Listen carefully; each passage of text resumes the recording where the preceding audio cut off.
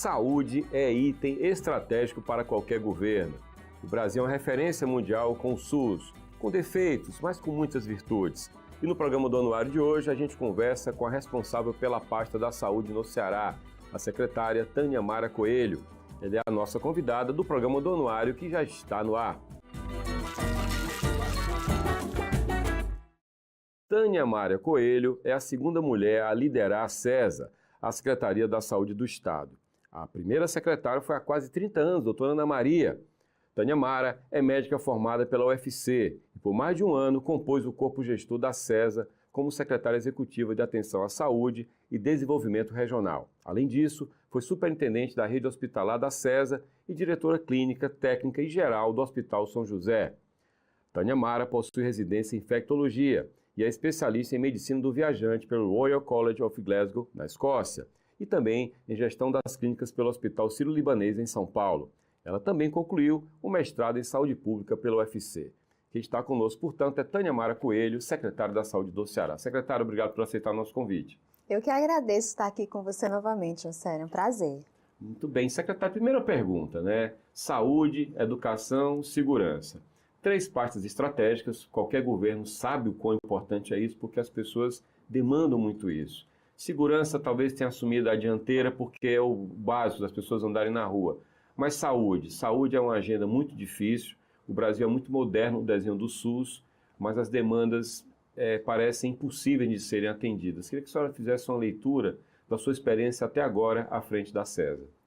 Eu acho que realmente essas 3 pastas, como você já falou, são as pastas, como diria assim, mais requisitadas pela população, né? E a saúde que é fundamental, o ser humano não vive se não estiver bem, se não estiver com a saúde plena. E são demandas imensuráveis, infinitas, e o Sistema Único de Saúde do Brasil, ele tem esse diferencial que é o SUS para todos, né? Tudo para todos. Isso leva a que o sistema, a gente tem que se adaptar para poder atender tantas demandas, né? Mas eu acredito que o Brasil ele tem evoluído muito, né? O Ceará evoluiu muito nesses últimos anos, principalmente com a questão da descentralização de serviços de alta especialidade, com a criação desses hospitais regionais, as policlínicas, os centros de especialidades odontológicos regionais, né? E a gente, para que tudo funcione dentro de uma rede, a gente também tem que trabalhar com a atenção primária. E eu considero como um grande alavanca dessa gestão o fato da gente estar articulando muito com os municípios, com os secretários de saúde do município, com os prefeitos, porque o estado são 184 municípios. E a saúde do estado, ela vai estar bem se os municípios estiverem bem. Então a gente tem conseguido muito conversar, articular, os secretários colocarem suas demandas, a gente tentar resolver, tentar sanar, para que as coisas andem bem no município onde está a população, porque é lá onde está o cidadão, onde ele vai estar mais próximo. E a criação das superintendências, são 5 superintendências, é uma representação da secretaria nas regiões de saúde. Cada região, depende da região, nós temos região com 20 municípios, temos região com 55 municípios. E por isso a gente está fazendo estudando essa regionalização para ver se a gente precisa dividir mais ainda o estado e a secretaria está mais próximo dos municípios, porque uma superintendência para dar conta de 55 municípios é muito pesado, né? Mas a gente vem cada vez mais fortalecendo essa união com os municípios, tentando sanar o problema da população o mais próximo possível e atendendo a expectativa da população dentro da sua necessidade. Por isso que foi muito importante, ano passado, o Estado de Ceará ter entregue as 5 regiões seus planos de saúde regionais. Esses planos, José, eles foram construídos dentro de grandes oficinas regionais, onde participavam tantos profissionais de saúde, representações de gestores locais, mas também a sociedade civil. E aí a gente consegue, dentro desses planos de saúde regionais, entender qual é o vazio assistencial de cada região. Porque para a gente sair daquela lógica de que eu vou construir um hospital, eu vou botar o serviço XY, não sou eu que tenho que dizer isso, quem tem que dizer é a população, os gestores locais, o que é que a população está precisando, e é em cima disso que a gente tem que se planejar, para oferecer o que a população está precisando dentro daquela região, que pode ser diferente da outra região. Por exemplo, a demanda de saúde da região norte, ela tem a peculiaridade diferente da região do Vamos Cariri. lá, vou dar um exemplo para a senhora, né? Os acidentes com motocicletas são um problema que não são de uma região, são de todo o interior do país inteiro. Então, eu estou falando de traumatologia. Um hospital regional norte, ele certamente tem que estar atento para essa demanda, assim como o regional do Cariri, assim como o de Limoeiro, assim como o de Quixeramobim. Como é que vocês trabalham essas peculiaridades? Esse ponto aí foi extremamente importante. A traumato-ortopedia ela é um vazio assistencial em todas as regiões. Em todas as regiões. Porque falta médico? Porque falta serviço, falta especialista, né? E aí a gente tem que levar através dos nossos complexos regionais, nossos hospitais regionais. Quando a gente abriu o serviço de politrauma lá do Litoral Leste, que é uma região, né, que é o Vale do Jaguaribe, foi baseado na necessidade da região. A gente viu que era um grande vazio assistencial daquela região, um serviço de emergência de politrauma. Então a gente abriu, foi o primeiro serviço que a gente abriu ano passado, foi o do politrauma e da oncologia também no Vale do Jaguaribe. E os indicadores mostravam que a taxa de mortalidade por câncer naquela região era mais alta. Então, foi o primeiro serviço aberto. Havia um vazio assistencial muito grande. Não tinha serviço de oncologia naquela região. O indicador é determinante para isso? Olhe, Jocélio, hoje, mais do que nunca, o gestor tem que trabalhar com dados. Dados. E dados, assim, muito trabalhados, para que a gente tenha a informação real, né? E é imprescindível a gente ter painéis, esse pessoal chama agora de dashboard. Sim. Para que a gente possa acompanhar os indicadores principais de uma gestão, que é mortalidade materna, mortalidade infantil, né? São os principais, mas tem muita morte prematura, internamento de pacientes jovens dentro de hospital. Então, são vários indicadores que a gente trabalha para a gente se basear em o que é que a gente tem que realmente agir naquela região. Tá. Né? E esses vazios, eu citei a traumatologia, a senhora falou, realmente é uma demanda de todos os hospitais. Como é que vocês têm procurado agir num caso como esse específico para não gerar um efeito de lotação no JF? Primeiro serviço aberto lá no Vale do Jaguaribe, no Litoral Leste, com tudo, Jocélio. Cirurgião ortopédico, cirurgião bucomaxilo, neurocirurgião, vascular, equipe completa. Agora vamos abrir um outro serviço de politrauma noutra região, tá? Aí nós temos a região norte que tem serviço de politrauma. Aí o que é que a gente vai fazer? Fortalecer esse serviço, já que existe, né? Na região sul, a gente também tem serviço de politrauma. A gente vai ver o que é que a gente precisa fortalecer mais naquela região em termos de politrauma. Agora, havia essas duas regiões, que era o Sertão Central e o Litoral Leste, que havia realmente um vazio. Por isso que nós estamos partindo logo para abrir nas principais regiões que não tinham nada. Então, a gente já fez, se tem ideia, nós já fizemos mais de 1.700 cirurgias traumatológicas no Litoral Leste. Ou seja, eu estou falando de questões que poderiam ser evitadas se as pessoas usassem o capacete, se usassem os equipamentos de segurança. A senhora faria uma leitura de que a gente precisa reprimir mais o mau motociclista, precisa ser mais atento na educação no trânsito para não gerar esse impacto? O que é que o Estado pensa do ponto de vista holístico em relação a isso? Então, eu acho que é fundamental trabalhar a educação, né? Eu acredito que eu sou gestora da saúde, mas eu não entendo saúde sem educação, né? Através da educação que a gente consegue prevenir e promover saúde. Então, na questão do trânsito, é fundamental a gente estar em parceria com a educação. Nesse projeto que a gente está trabalhando de fortalecimento da atenção primária, a gente está trabalhando também com essas questões, capacitando os profissionais, fazendo discussões. Já conversei com a Eliana, secretária de Educação, para a gente ter estratégias nas escolas, para começar desde cedo, ensinando como é que se deve se proteger no trânsito. Essas abordagens são essenciais para que a gente possa diminuir esse número de acidentes e as pessoas entenderem, José, que o acidente de trânsito, ele tem um mal muito grande por deixar pessoas jovens sequeladas. Tem um custo atuarial, né? O custo e a sequela, né? A gente perde pessoas jovens, ativas e produtivas. E nossa população está envelhecendo. Sim. Né? Então, realmente isso tem um efeito muito grande na questão de saúde da região, não só do Ceará, mas do Brasil como um todo. Né? O prefeito do interior, historicamente, comprou ambulância porque ele não tinha como dar conta da atenção primária. Em que medida esse cenário, secretária, já mudou? Em quanto ele já mudou? Olha, eu não sei te dizer assim percentualmente o quanto isso mudou, mas, por exemplo, quando a gente teve uma reunião com a superintendência do JF e eles disseram para a gente, olha, já teve impacto no JF a criação do politrauma do Litoral Leste. Tem como vocês verem a abertura de outros serviços? Não, a gente já está programando, né? E isso faz com que o paciente se desloque menos, ele fique concentrado na região, que é o que a gente quer, que o paciente tenha seus problemas resolvidos naquela região. Tá. E eu tenho certeza que com o aumento da criação desse serviço de alta complexidade, como também a oncologia, a gente vai conseguir concentrar a população nas suas regiões, né? A oncologia virou uma pauta muito importante na saúde pública. É impressionante, os números mostram isso certamente, né? E como é que é a política do Estado hoje para dar conta dessa demanda? Primeiro a gente tem que falar da pandemia, né?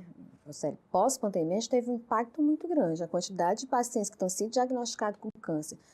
E o mais grave, Cara, demanda reprimida? Demanda reprimida, né? Uhum. Muito diagnóstico e muito diagnóstico tardio, né? Paciente já com doença avançada. Então, essa pauta passou a ser uma pauta preponderante para o governo do Estado. O governador Eumano muito consciente e comprometido em atender a população nessa pauta. Então, ano passado, ele me pediu um plano estadual de oncologia. Pela primeira vez, o Estado entregou. Onde foi que a gente fez? A gente fez um mapeamento de todo o Estado, baseado nas portarias do Ministério da Saúde, do Instituto do Câncer, de quanto a população necessária para cada serviço. E aí a gente fez esse estudo, mostrou qual era a necessidade de ampliação do serviço de oncologia no Estado, assim também como os serviços de acelerador linear, que é aquele aparelho que faz a radioterapia, né? E, em cima disso, a gente está fazendo a alocação de recursos para ampliar a oncologia por todo o estado do Ceará. Então, a gente já tem no Vale, agora a gente vai para o Sertão Central, e a tendência é a gente cobrir todas as regiões que foram mostradas que haviam vazio assistencial. Na região norte nós temos vazio assistencial, como é uma região muito grande, pelo menos 3 serviços a mais nós vamos ter que abrir, né? Em relação à radioterapia, a gente fez o estudo, mas a gente não depende da gente. A gente pede uma avaliação pelo Conselho Nacional de Energia Nuclear, e aí eles que determinam aonde é que a gente pode colocar serviço de radioterapia. A gente fez o estudo e a gente vai apresentar para ver se eles autorizam a gente colocar aonde, né? Tá. E aonde. Uma das bandeiras da gestão humana, que a senhora representa, que a senhora está desde o começo da gestão, são as chamadas cirurgias eletivas, ou seja, cirurgias que você pode agendar numa cirurgia de emergência e de urgência. Como é que essa fila está hoje, sabendo, a gente conversou sobre isso ano passado, é difícil zerar essa fila. Na verdade, vocês procuram estabilizá-la e deixar no nível, por assim dizer, aceitável, é isso? Exatamente. Mas esse acho que é o grande projeto do governador Eumano, porque todo dia, praticamente, todas as vezes que ele conversa comigo, a gente conversa sobre cirurgias eletivas. A senhora é das secretárias que mais fala com o governador, né? Porque são 33, ele não consegue falar com todo mundo, né? É mais difícil. Mas graças a Deus a gente tem um relacionamento muito bom. Eu tenho uma admiração muito grande pelo nosso governador. Ele é uma pessoa extremamente inteligente e perspicaz. Bom, então assim, em relação à cirurgia eletiva, nós congelamos, o Brasil inteiro congelou as filas. Uhum. E a partir do ano passado a gente começou a acompanhar e ver, porque a gente não tinha um painel que mostrasse pra gente onde o paciente estava sendo operado, quantas cirurgias determinado hospital lá na região sul estava fazendo, né? Qual era realmente a fila. E a fila, Jocely, ela cresceu depois que houve a determinação que a gente tinha que operar o que estava na fila. A gente tinha que ver a fila andando. E a gente tinha muitos pacientes que não estavam na fila, né? Então, a gente congelou, entraram muitos pacientes ano passado com essa determinação e a gente tem conseguido isso. O secretário de Saúde do município tem ajudado muito. E aí, a gente conseguiu operar ano passado mais de 20% do que a gente operou no ano de 2022. Isso para a gente é muito bom, porque a gente não teve um aumento da capacidade instalada, a gente simplesmente distribuiu as cirurgias por todo o estado. E, claro, monitorização de perto. Então, ano passado a gente congelou em 68 mil até março, porque eles têm 3 meses para faturar as cirurgias. Então, a gente só sabe quanto realmente a gente operou até dezembro em começo de abril, que são os 90 dias. Tá. E aí a gente operou 123 mil cirurgias aproximadamente, muito mais do que as 68 mil que estavam na fila. Ainda sobrou alguns pacientes dos 68 mil, que são aquelas cirurgias mais complexas, né? Que é o que a gente agora está trabalhando para acabar com essa fila da alta complexidade. Mas a gente produziu muito, né? E esse ano, o mutirão, não é mais mutirão federal, o governo federal estabeleceu que isso ia ser um projeto permanente. Então, eles mandaram recurso para o Estado no mês de março para os municípios fazerem cirurgia. Nós fizemos toda uma programação com os municípios. Isso que é importante também, está sendo tudo programado em conjunto. E aí eles já estão operando, em 4 meses operaram já muito, já tem os dados, né? Já estão com mais de 50 mil cirurgias, em cima do que foi pactuado nessa programação com eles, isso do federal. O estadual anda paralelo ao federal. Então, o que a gente quer é que esse ano a gente opere mais do que 20% do ano passado. E aquilo que acho que eu até lhe falei na última vez, que a gente precisa saber, o dia que o paciente entra na fila, até o dia de alta, quanto tempo ele teve que esperar para fazer a cirurgia, que é o importante. O paciente precisa saber. Estou entrando na fila, mas vou operar quanto? A gente já tem alguns procedimentos cirúrgicos que a gente já consegue dizer, por exemplo, esterectomia. Eu estava conversando com a gerente da coordenação das cirurgias. Esterectomia, se você entrar na fila hoje, o tempo máximo é de 80 dias. Para traduzir, esterectomia é a retirada do útero. A retirada do útero, né? E é isso que a gente precisa dar transparência para a população, as pessoas entrarem numa fila e saber como é que a fila está andando e quando é que vai ser operado.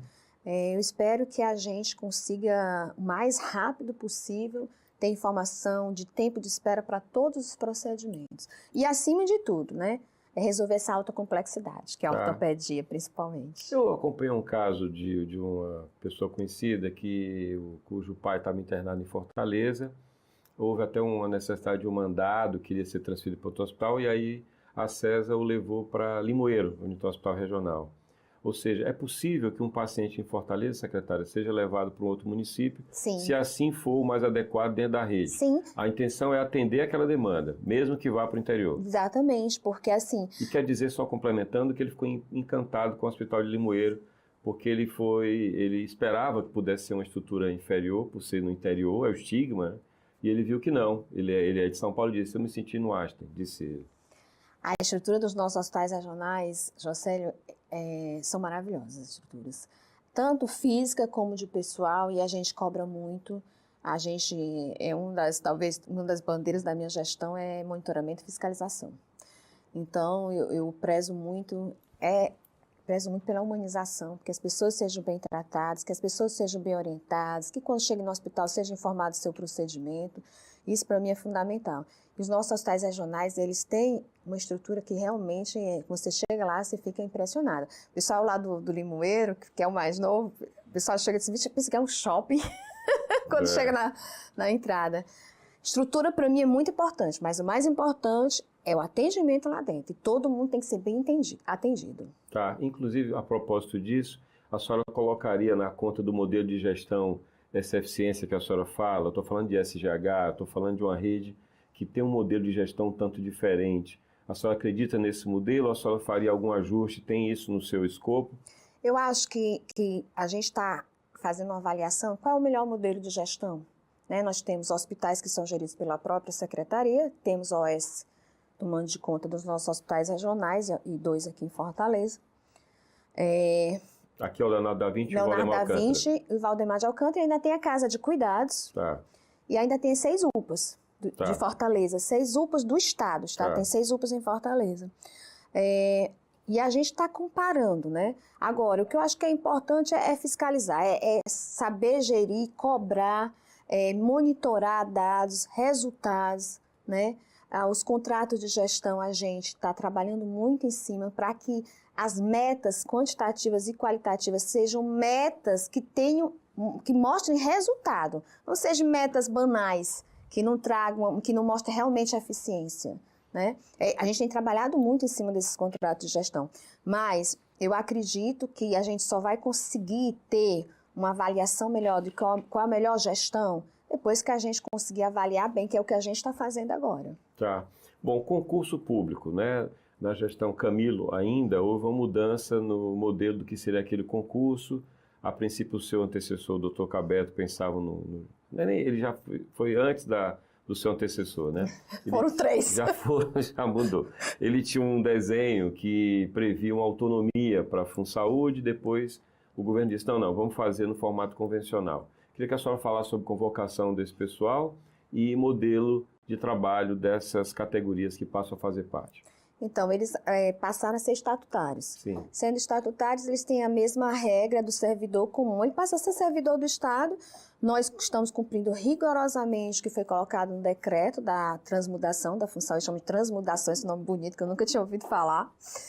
E, por exemplo, agora, no dia 29, nós liberamos uma relação de mais convocados. Setembro tem mais uma convocação e dezembro tem mais uma convocação. Então, ano passado nós tivemos 3, esse ano acho que nós vamos ter 3 ou 4, mas cumprido rigorosamente o decreto.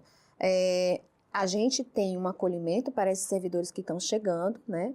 A gente tem questões legais que eles têm questionado, né? Porque há uma mudança de tudo que tinha sido estabelecido. Mas eu acredito que a gente tem conseguido dar boa resposta com esses novos servidores que estão entrando, certo?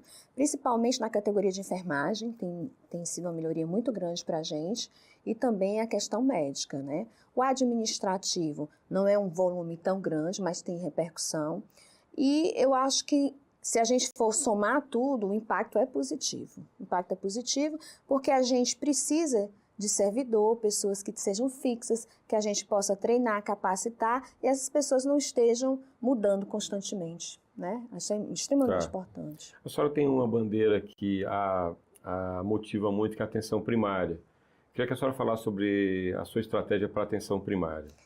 Porque quando eu cheguei na Secretaria de Saúde, eu recebi muitos secretários dizendo que a atenção primária estava muito solta, os municípios estavam muito soltos, e a função do Estado é coordenar, né, e alinhar as estratégias. Uma política de Estado tem que estar todo mundo junto, tem que estar todos os municípios seguindo aquela orientação. E aí visitei vários municípios, eu adoro visitar, adoro ir para o interior. A senhora é de Fortaleza? Sou de Fortaleza, mas eu adoro ir para o interior, ouvir as pessoas, ver em loco a situação de saúde, porque é mais fácil se você o prefeito chegar para mim falando da situação, eu realmente vi isso lá, realmente merece mudar, extremamente importante. E aí a gente fez um projeto com a doutora Valdelice, que é a minha secretária executiva de atenção primária e políticas de saúde. Essa estratégia foi levada para São Paulo, para o CONASE, o Conselho Nacional Secretário de Saúde, e foi aprovado esse projeto, e a gente lançou em abril agora, na região do Litoral Leste, contempla 20 municípios, que é capacitar os profissionais, né?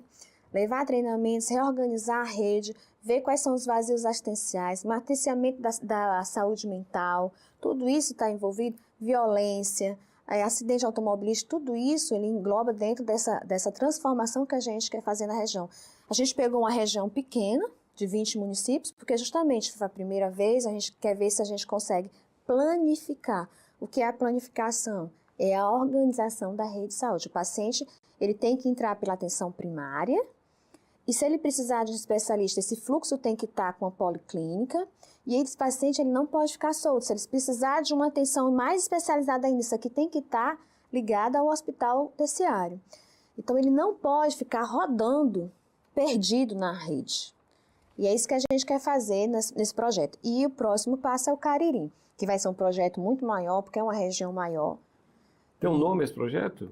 De braços abertos. De braços abertos. Braços abertos. A marca é essa. A marca é essa, justamente para a gente abraçar todo mundo e a gente conseguir mudar a realidade da saúde de cada região. Como é que a senhora lida, como é que a senhora lê essa grande quantidade de faculdades de medicina pelo Brasil, notadamente no Ceará, e aí entra uma discussão corporativista do sindicato e, ao mesmo tempo, uma preocupação, né? A gente está formando muito médico e, ao mesmo tempo, tem um vazio de médicos em várias regiões.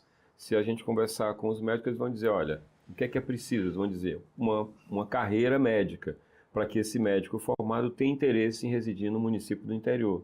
Do jeito que é hoje, eles dizem não é interessante. Como é que a senhora lê isso? Como é que a gente lida? Primeiro com a qualidade do ensino, isso não é uma tarefa da CESA, isso é uma questão do MEC. Como é que a senhora lida com isso? Qual a sua leitura sobre essa grande quantidade de médicos? Eu acho que uma resposta já deu. A gente tem um vazio muito grande de profissionais de saúde e, ao mesmo tempo que você forma, você acaba concentrando em determinadas áreas, né? Eu acho importante, mas é muito importante assegurar a prática desses alunos, né? Teoria é fundamental, mas se você não tiver a prática, esse profissional não sai bem capacitado. Então, a gente tem que garantir, enquanto serviço de saúde, que eles tenham área de treinamento.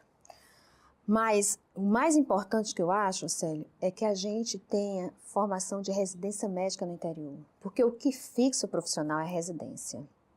E aí é o que a gente está fazendo. A gente conseguiu na Escola de Saúde Pública esse ano expandir mais de 38 especialidades de residência médica, né? E a gente conseguiu pela primeira vez abrir a residência de anestesia no Cariri, que foi uma luta para a gente conseguir abrir. Abrimos também residência de cirurgia geral no Quixaramubim. E a nossa luta agora é abrir cada vez mais residências de especialidades, que são essas altas especialidades que a gente não consegue levar. Sim. E se a gente abre, por exemplo, nos nossos regionais que a gente tem em cada região, a gente vai fixar, porque o residente ele acaba ficando no hospital que a gente faz residência. Eu tiro por mim, né? Eu fiz minha residência no Hospital São José e lá fiquei. Tá, né? Chegou a diretora de lá, né? O São José é a minha paixão. É a minha paixão. Então, eu acho que é isso que a gente tem que incentivar.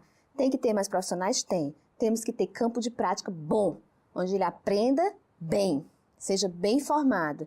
E, acima de tudo, vamos fazer especialista. Especialista para o interior, porque a gente não vai ter suficiente. A gente tem uma situação de aumento de casos de autismo e a gente sabe que a gente não tem neuropediatra suficiente. Agora, a Secretaria também está com outra estratégia, que é a estratégia da Secretaria, mas a estratégia também nacional, do governo federal, que é a questão da telemedicina. Tá. Né? A pandemia foi determinante para a telemedicina ser legitimada e ser propagada, né? Exatamente, e a gente não pode voltar mais atrás. Ela permite que a gente consiga ter especialistas altamente qualificados assistindo o paciente lá no interiorzinho do Ceará.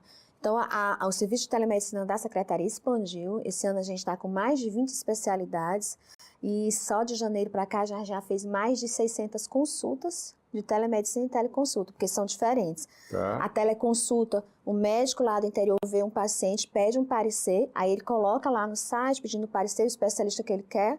E a telemedicina é sincrônica, ou seja, eu marco, olha, eu quero uma consulta com um endocrinologista, aí ele marca o paciente, vai para a consulta lá no posto de saúde e ele se conecta com o médico do nosso sistema e ele atende o paciente lá, o médico e o nosso médico aqui. Tá. Aqui a senhora tem uma espécie de sala com médicos trabalhando? Sim, exatamente. A gente tem sala com médicos trabalhando, com escala, que inclusive é colocada lá no nosso site para o médico ter acesso e saber qual o dia que tem o especialista XYZ. Ah, ok. Tá? O médico lá no município. Exatamente. Para ele ver, olha, eu vou marcar uma consulta para o meu paciente com um especialista da endocrinologia que está lá, entendeu? Aí deixa tudo programado, o paciente vem e se conecta, a gente fez. A gente está fazendo até exame de olho com o oftalmologista da gente na secretaria. Existe um aparelhozinho que a gente deixa em cada local. E aí o médico lá bota o aparelho e a gente consegue visualizar e o médico dá o diagnóstico. O Cinturão Digital foi determinante para isso, Determinante, né? E o governador Elmano está trabalhando com a expansão maior ainda das redes de comunicação, das redes de internet, levando para todas as escolas e estendendo para os postos de saúde. Nisso eu imagino que o Ceará esteja à frente de outros estados por conta da rede. Né? Eu também acredito e eu acho que essa questão da telemedicina para a gente aqui vai ser muito, muito determinante para mudar a situação dos especialistas, viu, Jocely? E para o Brasil inteiro. Tá. Bom, para ir concluindo, eu tenho 2 pontos que falam não apenas com a secretária, mas com a infectologista que a senhora é. Um é a AIDS. Estou falando de uma doença que ainda não tem cura, tem medicação que dá qualidade de vida para o paciente, como soro positivo, né? E eu estou falando de vacinação para a Covid-19, né? A gente viu a infectologia ser a pauta do dia durante esse tempo todo da pandemia. E aí eu pergunto à senhora, as pessoas, primeiro, perderam medo do HIV? Segundo, as pessoas desaprenderam a importância da vacina por conta dessas campanhas falaciosas? Excelente pergunta, Jocely. Eu acho que precisava... Que bom que você perguntou. Em relação a HIV, acho que uns 15 anos atrás, a doença ela teve uma alarde em 1988, né?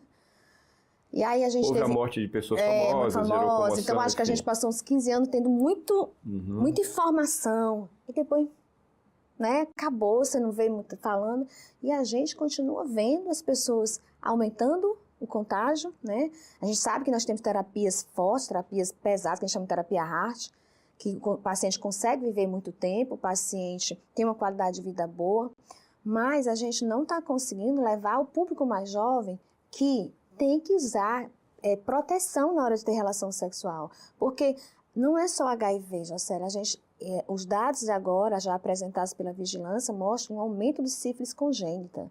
A gente está tendo uma doença milenar, que é a sífilis, e que tem cura, e que a mãe está sendo detectada no pré-natal, a gestante, e o pior, não está sendo tratada porque as crianças estão nascendo com sífilis congênita. E por que pega? Porque as pessoas não estão usando proteção, não estão se lembrando que existem doenças venéreas, né? As infecções sexualmente transmissíveis.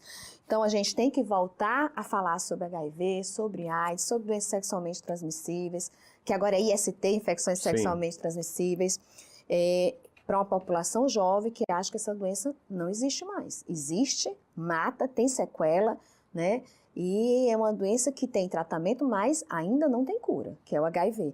Tem outras doenças sexualmente transmissíveis que têm cura e que chamam a atenção porque está aumentando. Sim. Né? Ou seja, muita falta de informação, que a gente vai ter que trabalhar. Tá. E vacinação, hein? Vacinação, o Brasil ele era protagonista da imunização e depois da pandemia, com muito fake news, muita história, que é reação adversa, nossos indicadores caíram e a gente tem trabalhado muito. Ano passado, a gente trabalhou muito para voltar nossos indicadores. Nós tiramos o primeiro lugar de vacinação de poliomielite, né? Está com uns 10 dias que saiu o resultado. Estamos no segundo lugar de vacinação para Covid para criança, mas o número ainda é muito baixo, né? E a gente tem que criar estratégias diferentes.